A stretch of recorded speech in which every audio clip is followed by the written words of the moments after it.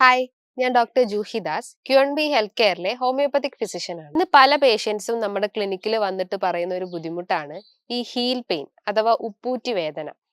അതായത് നമ്മളെ കാലിന്റെ ഈ ഒരു അടിഭാഗത്ത്, ഇത് ജസ്റ്റ് ഇമാജിൻ ചെയ്യുക, കാലാണെങ്കിൽ ഈ ഒരു അടിഭാഗത്തായിട്ടൊരു വേദന ഫീൽ ചെയ്യുന്നു. ചിലർക്ക് അത് രാവിലെ എഴുന്നേറ്റാൽ കൂടുന്നുണ്ട്. രാവിലെ എഴുന്നേറ്റ് ഒരു 2-3 സ്റ്റെപ്പ് വെച്ച് നടക്കുമ്പോൾ അത് കുറഞ്ഞു വരാറുണ്ട്. അല്ലെങ്കിൽ അത് തൊട്ട് നോക്കുമ്പോൾ അവിടെ വേദന വരാറുണ്ട്. അല്ലെങ്കിൽ ചെരുപ്പിടാനൊക്കെ ബുദ്ധിമുട്ടുണ്ട്. ഇങ്ങനെ പ്രശ്നങ്ങളായിട്ട് പല രോഗികളും വന്ന് പറയാറുണ്ട്.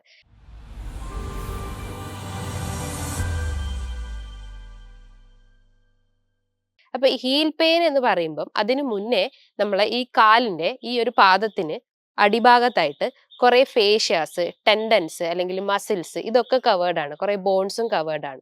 ഈ ഒരു കാലിന്റെ ഈ ഒരു ഭാഗത്തായിട്ട് ഏകദേശം 26 ബോൺസ് കവർ ചെയ്തിട്ടുണ്ട്. അതായത് നമ്മൾ ഈ ഒരു ആംഗിൾ ജോയിന്റ് നോക്കുമ്പോൾ, കാലിന്റെ ആംഗിൾ ജോയിന്റ് നോക്കുമ്പോൾ അവിടെ ഒരു 26 ബോൺസ് ആണ് അടങ്ങിയിട്ടുള്ളത്. അപ്പം ആ ബോൺസിനെ കവർ ചെയ്തുകൊണ്ട് ഒരു ഫേഷ്യ ഉണ്ട്. അതാണ് പ്ലാന്റാർ ഫേഷ്യ എന്ന് പറഞ്ഞാൽ. അതിന് നമ്മൾ ഓവറായിട്ട് എന്തെങ്കിലും പ്രഷർ കൊടുക്കുമ്പോഴോ അതിന് നീർക്കെട്ട് ഉണ്ടാകുമ്പോഴാണ് അത് ഇൻഫ്ലെയിംഡ് കണ്ടീഷൻ ആവുന്നത്. പ്ലാന്റാർ എന്ന് പറഞ്ഞു കഴിഞ്ഞാൽ അടിഭാഗം, ഫേഷ്യ എന്ന് പറഞ്ഞു കഴിഞ്ഞാൽ അതിന് ആ ബോണിനെ കവർ ചെയ്യുന്ന അല്ലെങ്കിൽ പ്രൊട്ടക്ട് ചെയ്യുന്ന ഒരു ലെയറാണ് ഈ ഫേഷ്യ. അപ്പൊ അതിനെന്തെങ്കിലും നീർക്കെട്ട് ഉണ്ടാകുമ്പോഴാണ് പ്ലാന്റാർ ഫേഷ്യായിറ്റിസ് എന്നാവുന്നത്. ഫേഷ്യായിറ്റിസ് എന്ന് പറയുമ്പോൾ ഒരു ഇൻഫ്ലമേഷൻ അല്ലെങ്കിൽ ഒരു നീർക്കെട്ട് ഉണ്ടാവുന്നത്. ഇത്തരം ലക്ഷണങ്ങളാണ്, ഈ ഒരു ബുദ്ധിമുട്ടാണ് ഈ ഒരു ഹീൽ പെയിനിന്റെ ഒരു പ്രധാന കാരണം എന്ന് പറഞ്ഞത്. മറ്റൊന്ന് പറഞ്ഞാല്, നോർമലി നമ്മളെ കാലുകൾക്കൊക്കെ അടിഭാഗത്തായിട്ട് ഒരു ആർച്ച് ഉണ്ടാവും. അത് നമ്മളെ വാക്ക് ചെയ്യാനും അല്ലെങ്കിൽ നടക്കാനും അല്ലെങ്കിൽ ഓടാനും ഒക്കെ സഹായിക്കുന്നതാണ് ഈ ആർച്ച്. അത് നമ്മളെ ബാലൻസ് മെയിൻറ്റെയിൻ ചെയ്യാനും ഒക്കെ സഹായിക്കുന്നു. ചില ആളുകളിൽ ആ ആർച്ച് കുറവായിരിക്കും. അപ്പം അവർക്ക് നടക്കാനുള്ള ഒരു ബുദ്ധിമുട്ടുണ്ടാവും. അപ്പൊ അവിടെ കൂടുതൽ പ്രഷർ വരികയും അങ്ങനെ ഈ ഇൻഫ്ലമേഷൻ വരികയും അങ്ങനെ ഫേഷ്യായിറ്റിസ് പോലത്തെ അസുഖങ്ങൾ അല്ലെങ്കിൽ വേദന രൂപപ്പെടുകയും ചെയ്യുന്നു. മറ്റൊന്ന് പറഞ്ഞാൽ, നമ്മൾ കൂടുതലായിട്ട് ഹീൽസ് യൂസ് ചെയ്യുമ്പോൾ, ഹൈ ഹീൽസ് ഒക്കെ യൂസ് ചെയ്യുന്ന ആളുകളാണ് ഇന്ന് പലരും. അപ്പൊ അത്തരം ഹൈ ഹീൽസ് ഒക്കെ യൂസ് ചെയ്യുമ്പോഴും ആ ഒരു ഏരിയയിൽ വേദന വരും.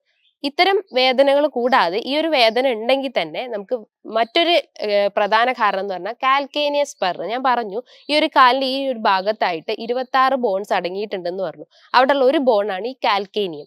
ഈ കാൽക്കേനിയത്തിന് എന്തെങ്കിലും ഒരു നീർക്കെട്ടോ അല്ലെങ്കിൽ ഒരു എക്സ്ട്രാ ഗ്രോത്ത് ഉണ്ടാവുകയാണെങ്കിൽ അത് കാൽക്കേനിയസ് സ്പർ ആയിട്ട് മാറുന്നു. അതായത് ഒരു എക്സ്ട്രാ ഗ്രോത്ത് ആ ബോണിൽ വരുമ്പോഴാണ് അവിടെ കൂടുതലായിട്ട് വേദന ഉണ്ടാവുക. ചിലർക്ക് അവിടെ തൊട്ട് നോക്കുമ്പോൾ വേദന ഉണ്ടാവാറുണ്ട്. മറ്റൊന്ന്, ഇന്ന് ആളുകള് കുറെ നിന്ന് ജോലി ചെയ്യുന്ന ആളുകളുണ്ട്. അതായത് പോലീസ്മാന് അല്ലെങ്കിൽ ബസ്സിലെ കണ്ടക്ടർ, സെയിൽസിലൊക്കെ വർക്ക് ചെയ്യുന്ന കുറെ സ്ത്രീകൾ, ഇത്തരം ആളുകൾ നമ്മൾ കുറെ പ്രൊലോങ്ഡ് ആയിട്ട് കുറെ നേരം നിന്ന് കഴിഞ്ഞാലും ആ ഒരു ഏരിയയിൽ പ്രഷർ വരികയും അങ്ങനെ ഒരു നീർക്കെട്ടോ അല്ലെങ്കിൽ ഇൻഫ്ലമേഷൻ അവിടെ ഉണ്ടാവുകയും ചെയ്യുന്നു. മറ്റൊന്ന്, അമിത വണ്ണം ഉള്ളവർക്ക്, അതായത് നമ്മളെ ബോഡി വെയിറ്റ് നമ്മളെ ജോയിന്റ്സിനൊന്നും താങ്ങാൻ പറ്റാത്ത ഒരു അവസ്ഥ വരുന്നു. അങ്ങനെ അമിത വണ്ണം ഉള്ളവർക്കും ഈ ഒരു ഹീൽ പെയിൻ വരാനുള്ള ഒരു ടെൻഡൻസി ഉണ്ട്. മറ്റൊരു പ്രധാനപ്പെട്ട കാരണം എന്ന് പറഞ്ഞാൽ, ഈ ഹീൽ പെയിൻ ഉള്ള ആളുകളുടെ ബ്ലഡ് ടെസ്റ്റ് എടുത്ത് നോക്കിക്കഴിഞ്ഞാൽ ചിലപ്പോൾ അവർക്ക് യൂറിക് ആസിഡ് കൂടുതലായിരിക്കും. അപ്പൊ യൂറിക് ആസിഡ് മെയിൻലി ഈ തള്ളവിരലിലൊക്കെ യൂറിക് ആസിഡ് കൂടുതൽ ക്രിസ്റ്റൽസ്, ആ മോണോസോഡിയം ക്രിസ്റ്റൽസ് ഈ തള്ളവിരലിലൊക്കെ പോയിട്ട് ഡിപ്പോസിറ്റ് ചെയ്യും.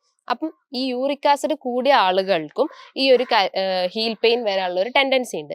മറ്റൊന്ന് പറഞ്ഞാൽ, ഒരു മെറ്റബോളിക് ഡിസോർഡർ ആയിട്ടുള്ള ഹൈപ്പോതൈറോയിഡിസം അല്ലെങ്കിൽ തൈറോയിഡ് പ്രോബ്ലംസ് ഉള്ള ആളുകളിലും ഈ ഹീൽ പെയിൻ വരാനുള്ള ഒരു ടെൻഡൻസി ഉണ്ട്. ഇത്തരം ഉപ്പൂറ്റി വേദന, ഈ ഹീൽ പെയിൻ ഉണ്ടെങ്കിൽ നമുക്കൊരു ബ്ലഡ് ടെസ്റ്റ് നടത്തി കഴിഞ്ഞാൽ നമുക്ക് യൂറിക് ആസിഡിന്റെ ലെവൽ എത്ര ഉണ്ടെന്ന് മനസ്സിലാക്കാം. അപ്പൊ ഞാൻ പറഞ്ഞു, യൂറിക് ആസിഡ് കൂടിക്കഴിഞ്ഞാൽ ഈ ഒരു ബോൺസിലൊക്കെ കാൽഷ്യം ഡിപ്പോസിറ്റ് ചെയ്തിട്ട് അല്ലെങ്കിൽ ക്രിസ്റ്റൽസ് ഡിപ്പോസിറ്റ് ചെയ്തിട്ട് അങ്ങനെ വേദന ഉണ്ടാക്കാം. അപ്പൊ ആ ഒരു ബ്ലഡ് ടെസ്റ്റിലൂടെ യൂറിക് ആസിഡിന്റെ ലെവൽ എന്താണെന്ന് മനസ്സിലാക്കാം. ഇനിയിപ്പോ എന്തെങ്കിലും ബോൺ ഡിഫോമിറ്റി, അത് നേരത്തെ പറഞ്ഞു കാൽക്കേനിയസ് സ്പർ പോലത്തെ എന്തെങ്കിലും എക്സ്ട്രാ ഗ്രോത്ത് ആണെങ്കിൽ നമുക്കൊരു എക്സ്റേയിലൂടെ ആ ബോണിന്റെ സ്ട്രക്ചർ എത്രത്തോളം ഉണ്ട്, അത് ഇൻഫ്ലെയിംഡ് ആണോ അല്ലെങ്കിൽ അവിടെ എക്സ്ട്രാ ഗ്രോത്ത് ഉണ്ടോ എന്നൊക്കെ ഈ ഒരു എക്സ്റേയിലൂടെ നമുക്ക് മനസ്സിലാക്കാൻ സാധിക്കും. ഇത്തരം വേദനകൾ വരുമ്പം നമുക്ക് എന്തൊക്കെ മാനേജ്മെന്റ്, നമ്മുടെ വീട്ടിലിരുന്ന് തന്നെ നമുക്ക് എന്തൊക്കെ മാനേജ്മെന്റ് നോക്കാം. അത് പ്രധാനമായിട്ടും നമ്മൾ ഐസ് ക്യൂബ്സ് വെക്കുക. ആ ഒരു ഏരിയയിൽ നമുക്ക് തൊട്ട് നോക്കുമ്പോൾ നമുക്ക് വേദന ഉണ്ടെങ്കിൽ അവിടെ ഐസ് ക്യൂബ്സ് അപ്ലൈ ചെയ്യുക.